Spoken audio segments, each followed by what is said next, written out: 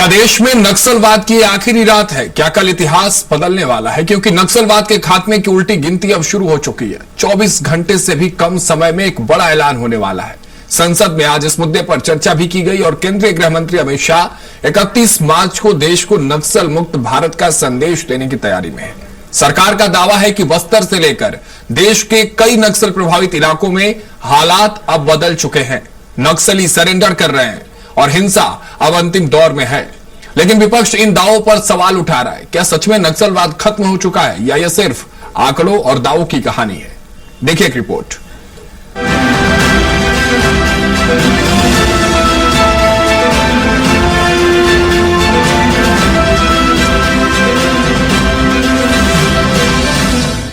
छत्तीसगढ़ के बस्तर से लेकर झारखंड के घने जंगलों तक वो इलाके जो कभी नक्सलियों के सबसे बड़े गढ़ माने जाते थे, अब बदलते नजर आ रहे हैं।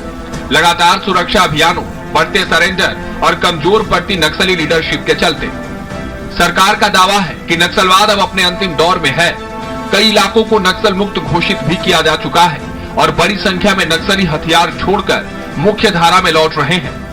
सरकार इसे अपनी बड़ी सफलता बता रही है, जहां सुरक्षा के साथ साथ विकास कार्यों ने भी अहम भूमिका निभाई है। मंत्री केदार कश्यप ने इसे प्रधानमंत्री मोदी और गृह मंत्री अमित शाह के दृढ़ निश्चय की सफलता बता रहे हैं। लेकिन दूसरी तरफ विपक्ष इन दावों पर सवाल उठा रहा है। विपक्ष का कहना है कि केवल कागजों में नक्सल मुक्त घोषित करना काफी नहीं, जमीन पर भी बदलाव दिखना जरूरी है। देखिए, नक्सल घटनाएं कम हो, नक्सल मुक्त प्रदेश हो, देश हो, ये हम लोग भी चाहते हैं। लेकिन सिर्फ कागजों में नक्सल मुक्त ना हो, वास्तव में नक्सल मुक्त दिखे, इसके लिए काम होना चाहिए। और हमारी सरकार थी कांग्रेस की, उस समय छत्तीसगढ़ में नक्सल मुक्त करने के लिए बहुत सारे काम किए थे। नक्सल क्षेत्रों में हमारे आदिवासी भाइयों को रोजगार देने का, उनको जमीन का अधिकार देने का काम किया। तो भारतीय जनता पार्टी के जो नक्सल मुक्त की बात वो कर रहे हैं, चर्चा कराए, पार्लियामेंट में कराए। हमारे छत्तीसगढ़ में भी तो हम लोगों ने क्लोज डोर मीटिंग की थी उस समय विधानसभा में, लेकिन उसका लाभ मिला नहीं। रमन सिंह जी के सरकार में सबसे बड़ी घटनाएं जो हुई भारतीय जनता पार्टी के सरकार में हुई। माननीय प्रधानमंत्री नरेंद्र मोदी जी के नेतृत्व काल में और हमारे ऊर्जावान गृह सहकारिता मंत्री जिनके नेतृत्व में लगातार अनेकों ऐसे उदाहरण प्रस्तुत हो रहे हैं, जैसे कश्मीर की बात हो, चाहे राम मंदिर की बात हो। और छत्तीसगढ़ की यदि हम बात करें तो 50 वर्षों का नक्सली हिंसा का जो पीड़ा है वो हमारे छत्तीसगढ़ के लोगों ने ख्याल से सहा है। आज उससे मुक्त हमारा प्रदेश हो रहा है, हो चुका है।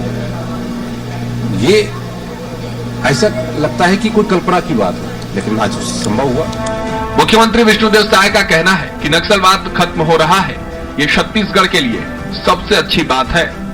भारी मात्रा में नक्सलवाद तो छत्तीसगढ़ में ही बचा हुआ था और डबल इंजन की सरकार और माननीय प्रधानमंत्री जी, माननीय गृह मंत्री जी की दृढ़ इच्छा शक्ति और हमारे जवानों के उद्यम साहस के कारण ये जो नक्सलवाद जो 4 दशक से भी ज्यादा समय से विकास में एक बहुत बड़ा रोड़ा छत्तीसगढ़ में बना हुआ था, उसको समाप्त करने में सफल हो रहे हैं। केंद्रीय गृह मंत्री अमित शाह लोकसभा में नक्सल मुक्त भारत के लिए सरकार के प्रयासों पर जवाब दिया। शाह ने कहा कि आदिवासी सालों से चाहते थे कि उनकी परेशानी उजागर हो, लेकिन कई सालों तक इसका मौका ही नहीं दिया गया।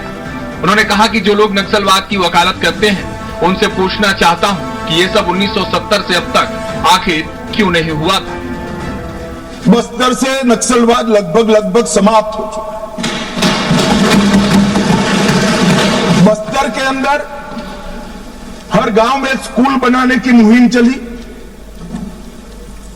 बस्तर के अंदर हर गांव में राशन की दुकान खोलने की मुहिम चली। हर तहसील पंचायत में पीएचसी, सीएचसी बने, इनके आधार कार्ड बने, राशन कार्ड बने, 5 किलो अनाज मिल रहा है, गैस के चूल्हे वितरित होते जा रहे हैं। मैं इतना ही पूछना चाहता हूं, नक्सलवाद की जो लोग यहां पर वकीलात कर रहे थे उनको कि ये 70 से अब तक क्यों नहीं मिला। फिलहाल नक्सलवाद के खात्मे को लेकर अब सबकी नजर 31 मार्च पर टिकी हुई है, जब केंद्रीय गृह मंत्री अमित शाह आधिकारिक घोषणा करने वाले हैं। सरकार इसे एक ऐतिहासिक उपलब्धि बता रही है। लेकिन इसके साथ ही एक नई चुनौती भी सामने है। वो चुनौती बस्तर और नक्सल प्रभावित इलाकों को विकास की मुख्य धारा से जोड़ने की, जहां सालों से बुनियादी सुविधाओं की कमी रही है। केंद्र और राज्य सरकारें अब विकास योजनाओं के जरिए इन इलाकों में नई शुरुआत की बात कर रही है।